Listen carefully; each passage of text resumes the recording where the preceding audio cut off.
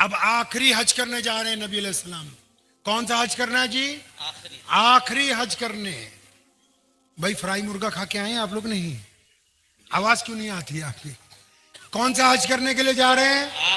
आखिरी हज। सहाबा की लंबी लाइन साथ में, 1,24,000 होंगे तो कितनी लंबी लाइन होगी? तकरीबन 10, 15, 20 किलोमीटर की लाइन। अब ये काफिला मदीना से चला, मक्के की तरफ चलता जाता है। अचानक एक दिन शाम के वक्त नबी अलैहिस्सलाम जब अबवा पहाड़ी के पास से गुजरते हैं तो नबी अलैहिस्सलाम अपने ऊंट की मुहार मोड़ लेते हैं, लश्कर रुक जाता है, सहाबा रुक जाते हैं। लोग पूछते हैं नबी अलैहिस्सलाम कहां चले गए? अचानक खबर मिलती है मुहम्मदुर रसूलुल्लाह अबवा पहाड़ी की चोटी पर हैं और नबी अलैहिस्सलाम वहां क्या कर रहे हैं? अरे मुहम्मदुर रसूलुल्लाह अपनी अम्मा सैयदा आमना की कब्र के ऊपर बैठे हुए हैं। और मुफस्सिरीन ने लिखा है कभी फुर्सत मिले तो अपने उलमा के पास बैठना कि प्यारे पैगंबर 6 साल के थे जब सैयदा आमना के साथ इस मुकाम से गुजरे थे और अम्मी आमना का उस दिन इंतकाल हुआ था। सैयदा आमना का जब हार्ट अटैक हो गया, आज की जुबान में हार्ट अटैक हो गया, जब उनको दर्द शिद्दत से आया तो उन्होंने, नबी अलैहिस्सलाम 6 साल के थे और उम्मे ऐमन नबी अलैहिस्सलाम की रज़ाई माँ वो साथ में थी, तो सैयदा आमिना ने जब उनको पता लग गया कि मेरा वक्त करीब आ गया है ना, उन्होंने 6 साल के मोहम्मद को अपने सीने से लगाया था। इमाम बुखारी ने उनके अल्फाज कलमबंद किए, सिर्फ एक फिक्रा सुनाता हूं। सैयदा आमिना ने कहा था कि मेरे प्यारे बेटे मोहम्मद, हर नई चीज को पुरानी हो जाना है, हर शय को खत्म होना है, लेकिन मेरे प्यारे बेटे मोहम्मद मेरा नाम क़यामत तक जिंदा रहेगा क्योंकि मैं तेरे जैसा बेटा दुनिया को देके जा रही हूं। अब आज रसूलुल्लाह कितने साल के हैं? 63 साल के। कितने जी? जब अम्मी का इंतकाल हुआ था कितने साल के थे? अब 63 साल के हैं। मोहम्मद अलैहिस्सलाम माँ की कब्र के पास बैठ गए। मुफस्सिरीन कहते हैं इतना रोए, बार बार कहते हैं अम्मा तू जल्दी नहीं मुझे छोड़ के चली गई। अपनी माँ को तो बार बार मदीनातुल मुनव्वरा में भी याद करते थे ना बार बार, और इस हद तक कहा पलट के मुसल्ले से कि बिलाल अगर मेरी माँ सैयदा आमना जिंदा होती, वो मुझको आवाज मारती तो मैं नमाज छोड़ के पहले अपनी अम्मी की खिदमत के अंदर जाता। तो आज अपनी माँ की कब्र के पास बैठे, इतना रोए, दाढ़ी मुबारक से आंसू जारी हैं। फिर वही दोस्त आगे बढ़ा, कौन? अबू बकर सिद्दीक। उन्होंने बड़ी जुर्रत से नबी अलैहिस्सलाम को कान में पूछा, कुर्बान जाऊं मोहम्मद रसूलुल्लाह की हर एक अदा पर। वो अपने आका से पूछते हैं या रसूलुल्लाह क्या हुक्म है? अंदाज देखिए, ये नहीं कह रहे कि चलना नहीं, या रसूलुल्लाह क्या हुक्म है? कुर्बान जाऊं। नबी अलैहिस्सलाम से फरमाया अबू बकर जाके सबको बता दो आज की रात मैं मोहम्मद रसूलुल्लाह यहीं अपनी माँ के पास बिस्तर लगा के रखूंगा। यहीं पर सिखाया दुनिया को कि एक बेटा कैसा होता है, भाई कैसा होता है। सैयदा फातिमा से जो मोहब्बत की दिखाया कि एक बाप कैसा है, बदर में दिखाया कि एक जर्नल कैसा है, सखावत के वक्त दिखाया कि एक बांटने वाला कैसा है, व्यापार में दिखाया कि एक ईमानदार आदमी किस तरह बिजनेसमैन बनता है। और शायद आपको यह भी नहीं पता होगा कि जिस दिन मक्का फतेह हुआ था ना, सबको माफी दे दी गई थी, किसी को कत्ल नहीं किया गया था। लेकिन अगली बात पता है आपको? बोलो नहीं पता। बोलो तनख्वाह भी नहीं बढ़ाएंगे मौलवियों की। नबी अलैहिस्सलाम ने जब सबके फैसले हो गए तो उस वक्त जो बड़े दौलतमंद लोग थे सब ने कहा या रसूलल्लाह हमारी हवेली पर चलें, खाना तैयार है। और उधर मक्के में एक औरत है उम्मे हानी उसका नाम है, वो अपने बच्चों को रोज कहती है वो मदीने वाले मोहम्मद तुम्हारे मामू हैं, वो मेरे भाई हैं, उनके वालिद हजरत अब्दुल्ला मेरे सके चचा हैं, हमारा बचपन इकट्ठा गुजरा है। वो रोज नबी अलैहिस्सलाम की नाते पढ़ पढ़ के सुनाती। अब आज मक्का फतेह हुआ, अब बच्चे माँ के पीछे पड़े हुए। तू तो रोज कहती थी तेरे भाई हैं, कहां है तेरे भाई? अब उम्मे हानी कहती है कि मैं गम में थी कि नबी अलैहिस्सलाम तो इतने बिजी हैं, उनको कहाँ याद होगा कि एक गरीब बहन भी मक्के में रहती हैं। फरमाती मैं गम में थी, अचानक दरवाजे पर जोर से दस्तक हुई, मैंने जोर से पूछा कौन है, तो उधर से आवाज आई हानी वो दरवाजा खोलना, मैं तेरा भाई मोहम्मदुर रसूलुल्लाह। वो पहुंच गए अपनी बहन के घर। हमारे पास पैसा आता है तो रिश्तेदारी पहले तोड़ते हैं, पैसा आता है तो पहले ये करते हैं कि गरीब दोस्त छोड़ दो।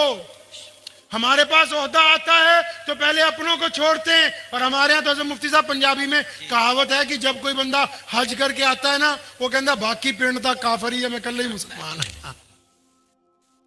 मतलब मिसाल के तौर पे कोई मौलवी बन जाए, कोई अपने रियासत में आगे चला जाए तो उसको वहम हो जाता है। अब नबी अलैहिस्सलाम जब अपनी बहन के घर पहुंचे तो मसला नहीं कोई बताया, तस्बीह नहीं कोई बताई, कुरान की आयतें नहीं सुनाई, आज रात बासी खाना खाया, अपनी बहन को सामने बिठाया। वो उम्र में नबी अलैहिस्सलाम से 20 साल बड़ी हैं, उम्मे हानी जो हैं 20 साल बड़ी हैं नबी अलैहिस्सलाम से। अब बहन सामने बैठी है और कह रही है या रसूलुल्लाह सल्लल्लाहु अलैहि वसल्लम आप आराम करें, लंबा सफर करके आए, सारा दिन मुकद्दमात का फैसला किया, नमाजें पढ़ाई, बैतुल्लाह को पाक करवाया, आप थक गए। अब नबी अलैहिस्सलाम का फरमाते हैं नहीं हानी आज की रात आराम करने की नहीं। कोई चिल्ला लगा के आएगा तो क्या कहेगा भाई नमाज पढ़ा करो, भाई क्या कहेगा नमाज पढ़ो। कोई आईपीएस बन जाएगा तो क्या कहेगा बच्चों को कि यूपीएससी सीखो। कोई बिजनेस में ज्यादा पैसे कमा लेगा, बच्चों को क्या कहेगा अपनी बहन के बच्चों को आके कि तुम भी कोई कपड़ा डाल लो, माल बनाओ, आइडिया देगा। कोई तालीम याफ्ता बन जाएगा तो नबी अलैहिस्सलाम ने क्या बात की उस दिन, वो तो दीन के शारे हैं। एक लफ्ज है अरबी में शीन अलिफ रे है, इसका मतलब है कि वो दीन के मालिक हैं, वो दीन के मालिक हैं। मोहम्मद रसूलुल्लाह जो कहते हैं वही मजहब बन जाएगा। लेकिन आज की रात अपनी बहन से ये नहीं कहा कि फला नमाज पढ़ना, फला तस्बीह करना, नहीं नहीं, बहन सामने बैठी है और नबी अलैहिस्सलाम की मुबारक आंखें झुकी हुई हैं, उनमें आंसू टप टप गिर रहे हैं। अपनी बहन को क्या कहते हैं, बहना तुझे पता है जब मेरी विलादत होने वाली थी, अभी 2-3 महीने बाकी थे ना, मेरे प्यारे अब्बू हजरत अब्दुल्ला इस दुनिया से चले गए। तूने अपने चचा को बहुत करीब से देखा, मैंने अपने अब्बा को नहीं देखा। आज की रात मोहम्मद रसूलुल्लाह को बताओ कि रसूलुल्लाह के अब्बू कैसे थे। आप में है कोई ऐसा? दिल पे हाथ रखो जरा, यहां जरा दिल पे हाथ रखो, दिल लगा हुआ है ना? अरे कोई इतनी सर्दी नहीं, दिल लगा, दिल पे हाथ रखिए। इस दिल को पूछो आपने कभी क्या अपने अब्बू से जफ्फी डाल के कहा कि अब्बा मुझे तो इससे बड़ा मोहब्बत है आप में कोई कि जिसने उस बंदे को कभी कहा हो कि मुझे तुझसे मोहब्बत है? तेरी हड्डियां पिघल गई हमें इस मुकाम तक लाने के लिए। या जिनके बाप मर गए, तुम में से कभी कोई उसकी कब्र पे गया हो रात के अंधेरे में और जाके कहा हो कि अब्बा दौलत भी है, रिज़्क भी है, घर भी है, बच्चे भी हैं, नहीं है तो बस तो नहीं किया आपने? यहां देखो मोहम्मद रसूलुल्लाह सल्लल्लाहु अलैहि वसल्लम को मक्का फतेह हुआ है। यहां तो सिर्फ म्यूनिसिपैलिटी का इलेक्शन जीत के हम तहजीब भूल गए अपनी, वो मक्का फतेह किया है। और फतेह मक्का की रात में उन्होंने पहले अपने वालिद का जिक्र छेड़ा। उम्मे हानी कहती कि मैंने अपने चचा सैयदना अब्दुल्ला की सीरत बयान की, फिर वालिदा का जिक्र छेड़ा, कहती मैंने सैयदा आमना की सिफात बयान की, फिर दादा का जिक्र छेड़ा, मैंने उनकी सिफात बयान की, फिर वो अपनी दादी की बातें करते। फरमाते सुबह हो गई, नमाज का वक्त हो गया, पता ये लगा रसूलुल्लाह ने हमें ये सिखाया कि अगर जिंदगी में कभी कोई तरक्की मिल जाए तो अकड़ना नहीं, फिर उस दिन उन लोगों को याद करना जो उस वक्त तुम्हारे साथ थे जब तुम्हारे साथ कोई दूसरा नहीं था। दीन का मतलब सिर्फ इबादत नहीं, इबादत का मतलब दीन पर चलना है। इस्लाम के 2 हिस्से हैं, एक इस्लाम का मकसद, दूसरा इस्लाम की जरूरियात। मकसद ये है, कोई हमारा हिंदू सिख भाई पूछ ले कि इस्लाम का मकसद क्या है, आप क्या बताओगे भाई? बता सकते हो? अब फिर मैं कह दूंगा तनख्वाह की बात तो फिर चिढ़ जाओगे यार मौलवी भी। आपको कोई गैर मुस्लिम भाई हमारा पूछ ले कि इस्लाम का क्या मकसद है, आप बता सकते हो 2 लफ्जों में उसको? आपको पता है दीन पूरी दुनिया में बड़ा मजहब कैसे बना? आपको इस बात का इल्म है कि जहां सूरज डूबता है वहां शाम को अजान होती है, सुबह सुमात्रा इंडोनेशिया से जब सूरज निकलता है तो अजान। ये पता है ऐसा क्यों हुआ? अल्लाह एक है। आदम अलैहिस्सलाम ने कहा, इब्राहिम अलैहिस्सलाम तक 1,24,000 नबियों ने कहा, फिर इब्राहिम अलैहिस्सलाम से 3 शाखें निकली। हजरत ईसा अलैहिस्सलाम उन्होंने भी कहा कि आओ अल्लाह की तरफ। मूसा अलैहिस्सलाम उन्होंने भी कहा कि आओ अल्लाह की तरफ। मेरे नबी अलैहिस्सलाम ने निराली बात ये कही, उन्होंने कहा कि ये मुसलमानों, जो अल्लाह को एक मानेगा वो वही होगा जो रसूलुल्लाह को भी एक मान ले। समझ आ रही है बात नहीं? जो खत्मे नबूवत पर यकीन रखता हो, जिसका नबी एक हो, वही मुसलमान है। तो साहबा ने पूछा था, या रसूलल्लाह, हमने आपको अल्लाह के नबी माना, आपके अल्लाह को अल्लाह माना, अब बताओ तो सही, चाहते क्या हो, एजेंडा क्या है, मकसद क्या है? तो मेरे नबी अलैहिस्सलाम ने छोटी सी बात कही थी। ये फरमाया, मेरे साहबा, जिसने एक रब और एक रसूल को मान लिया, उस पे लाजिम है कि वो दुनिया के तमाम इंसानों को बराबरी का दर्जा देगा। सरकार कहती है ना पूरी दुनिया की, अभी ट्रंप बाबू ने भी कहा कि चुनाव जब हुआ था कि मैं अच्छी हॉस्पिटलिटी दूंगा, मैं अच्छा इन्वेस्टमेंट दूंगा, मैं अच्छा कारोबार। सरकार क्या कहती है? पूरी दुनिया की कोई भी सरकार की, रोटी कपड़ा। और मेरे नबी ने क्या कहा? ना रोटी की बात की, ना कपड़े की बात की, ना मकान की बात की। उन्होंने क्या बात की पता है आपको? पता है क्या होना? नहीं पता? जोर से गौर अगर नहीं पता। उन्होंने, अच्छा आपको ये पता है असी पंजाबी च कहने फुफड़, समझ दो तुम फुफड़ किनू कहते? नहीं समझते? अरे दामाद को क्या कहते हो आप लोग उर्दू में? बहनोई, जवाई। अच्छा, जब कभी शादी होती है इज्जत, तो जवाई नाराज होके भाग जाता है। मतलब साला साली की किसी की शादी होती है, नाराज होके चला जाता। आप तो नहीं कभी गए? तो जवाई नाराज होके क्यों जाता है पता है आपको? मैं आसानी से समझा रहा हूं। जवाई क्यों नाराज हो जाता है पता है? असी पंजाबी कहने फुफड़ नाराज हो गया। फुफड़ नाराज हो गया। क्यों नाराज हो गया जी? अब वो घर जब चाहो पहुंचता है जवाई, तो उसकी मां बोलती, बेटा तू क्यों नाराज हो के आ गया? सुबह शादी है, तुम्हारी बीवी के भाई की बहन की शादी है। तो ये जाके ये नहीं कहता कि कपड़े अच्छे नहीं थे, ये भी नहीं कहता खाना अच्छा नहीं था, ये नहीं कहता कि कमरा अच्छा नहीं था। ये जाके अपनी अम्मी अब्बू को कहता है कि मेरे सालों ने, मेरे सास ससुर ने मेरी इज्जत नहीं की है। जैसी करनी। बात समझ आ रही है नहीं? तो हमारे नबी कहो सल्लल्लाहु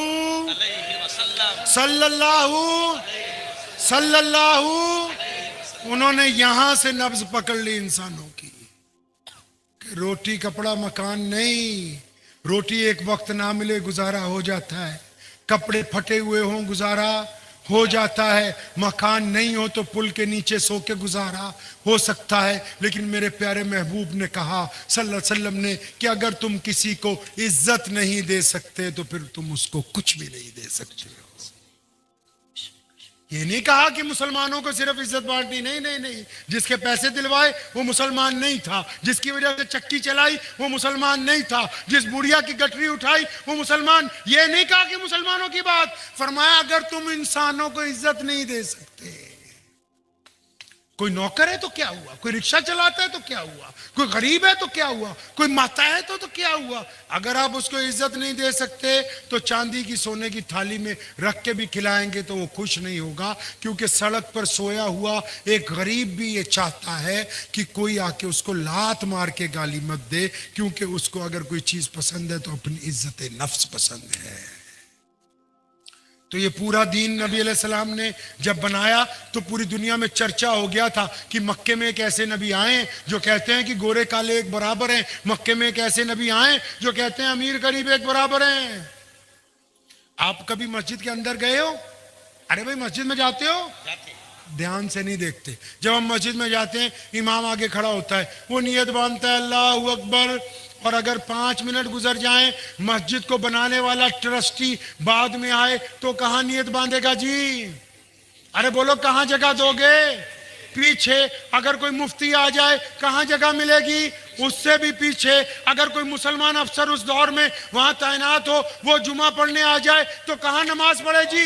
उससे भी पीछे अगर कोई मुसलमान वजीर आ जाए किसी इलाके का, वो कहां नमाज पढ़ेगा? वो जहां मुसलमानों ने जूतियां उतारी हैं ना, उन जूतियों को हटा के एक कपड़ा बिछा के नियत बांधेगा, क्योंकि ये मोहम्मद रसूलुल्लाह की मस्जिद है। किसी ताकतवर को, किसी गरीब पर कोई इज्जत हासिल होने वाली नहीं है। तो आखिरी बात ये कि अगर आप किसी को इज्जत नहीं दे सकते तो फिर कुछ भी इज्जत बांटनी है। जिस कौम के पास, जिन लोगों के पास, जिन दौलतमंदों के पास ये जो दिल है ना, ये चाय के कप की तरह है। अभी हाथ में चाय का कप हो, कोई धक्का मार दे, चाय कपड़ों पे गिरेगी। अगर इसमें चाय की जगह गुलाब जल होता तो क्या गिरता जी? गुलाब जल गिरता। अब किसी को कोई धोखा देता है, कोई तकलीफ पहुंचाता है, धक्का मारता है ना, क्योंकि दिल में गीबत है, हसद है, तो मुंह से गालियां निकलती हैं। अगर दिल में नरमी होगी, ईमानदारी होगी, मोहब्बत होगी, तो सब्र कहेगा कि अगर अब तेरा भी भला करे, कोई बात नहीं, मार ले जितने धक्के मारने हैं तूने। तो इस दिल के प्याले को अच्छा करना है, करेंगे इंशाअल्लाह। वो अच्छा तब होगा जब नबी अलैहिस्सलाम से मोहब्बत उरूज पर होगी, रसूलुल्लाह सल्लल्लाहु अलैहि वसल्लम से मोहब्बत उरूज पर होगी। हर एक कदम पे अपने नबी अलैहिस्सलाम को तलाश करना है। उनके कहने पे ही पड़ोसियों से मोहब्बत करनी है, उनके कहने पे ही राहगीरों से मोहब्बत करनी है, उनके कहने पे ही यतीमों मिस्कीनों से। और गुजरातियों को एक बात कहता हूं, सुन लो कान खोल के, सारी दुनिया को चंदा दो, कोई बात नहीं, लेकिन अगर तुम्हारे मोहल्ले में कोई गरीब रह गया ना, चाहे वो किसी भी मजहब का हो, तो क़यामत वाले दिन पहले मुर्गा बनाया जाएगा भाई। अगर आपके पड़ोस में कोई यतीम रह गया, कोई बेवा बैठी रही जिसका कोई कफालतदार नहीं था, तो पहले उनकी पकड़ होगी। वो बड़ी बड़ी इमारतें जन्नत में नहीं ले जा सकेंगी, ये गरीब पड़ोसी। क्योंकि मेरे मोहम्मद सल्लल्लाहु अलैहि वसल्लम मदीने में हैं, उस मदीने में यहूदी भी रहते हैं, उस मदीने में मुशरिक भी है, लेकिन जब वो खाना खाते हैं, बिलाल को बुलाते हैं, वो सामने वाले खाना खा चुके, जी या रसूलल्लाह खाया, फरमाया दाईं तरफ जाओ ना, फलां घर में देख के आओ चूल्हा जला के नहीं जला, खाना खा चुके नहीं। बिलाल आके कहते हैं या रसूलल्लाह खा लिया। अनस को बुलाते हैं, अनस ये दाईं तरफ वालों को पूछा बेटा? जी या रसूलल्लाह, वो खा चुके हैं। जब लुकमा तोड़ने लगते हैं, फरमाते रुक जाओ, ये जो मेरी पीठ के पीछे घर हैं, जरा उनको भी देख के आओ, वो खाना खा चुके हैं कि नहीं खा चुके हैं। तो मुसलमान जो है, उसका काम है कि अपने नबी अलैहिस्सलाम की सुन्नत पे चलना। चलेंगे इंशाअल्लाह। अब मैंने एक बात आपसे मुख्तसर सी छोटी सी पूछनी है, तो वो आपको उसका भी जवाब देना, दे देंगे इंशाअल्लाह, लेकिन अपने दिल पे हाथ रख के देना है। आपके पास दिल है? आपके पास दिल है ना भाई? हाथ रखिए दिल पे, सच्ची सच्ची बताइए, क्या आपने कभी किसी रोते हुए को हंसाया? क्या आपने कभी किसी गरीब को कहा कि तुझे अच्छी जगह खाना खिला दूं? क्या आपने कभी अपनी अम्मी को कहा कि आज की रात मैं तेरी खिदमत में बैठा रहूंगा? या किसी ऐसे दोस्त की मदद की है जो मांगता नहीं है, आपने उसको कुछ ना दिया हो? नहीं ना। इसलिए ये बातें छोड़ो कि कौन क्या करता है, कौन क्या नहीं करता। ये देखें कि हम क्या कर सकते हैं अपने लिए, अपनी देश के लिए, अपने समाज के लिए, अपने इस शहर के लिए, अपने लोगों के लिए, अपने पड़ोसियों के लिए। अब फिर कहता हूं कि उसमें मजहब की कैद मत लगा लेना। ये देखो कि आप क्या अच्छा कर सकते हो, जो अच्छा कर सकते हो करेंगे इंशाल्लाह, करेंगे इंशाल्लाह। तो इंशाल्लाह फिर अगली मुलाकात होगी। जब तक उम्मीद है कि आप 12,000 से कुछ आगे निकल जाओगे। वाखिरु दावाना अनिल हम्दुलिल्लाहि रब्बिल आलमीन। मुफ्ती हारून साहब अभी दुआ करवाएंगे, ये बैठे हैं, मेरी ट्रेन का वक्त हो गया, फिर मुलाकात होगी। मुझे उम्मीद है कि आपको ये वीडियो पसंद आई होगी। अगर पसंद आई हो तो ये आप अपने दोस्तों के साथ शेयर करें और इस चैनल को सब्सक्राइब जरूर करें।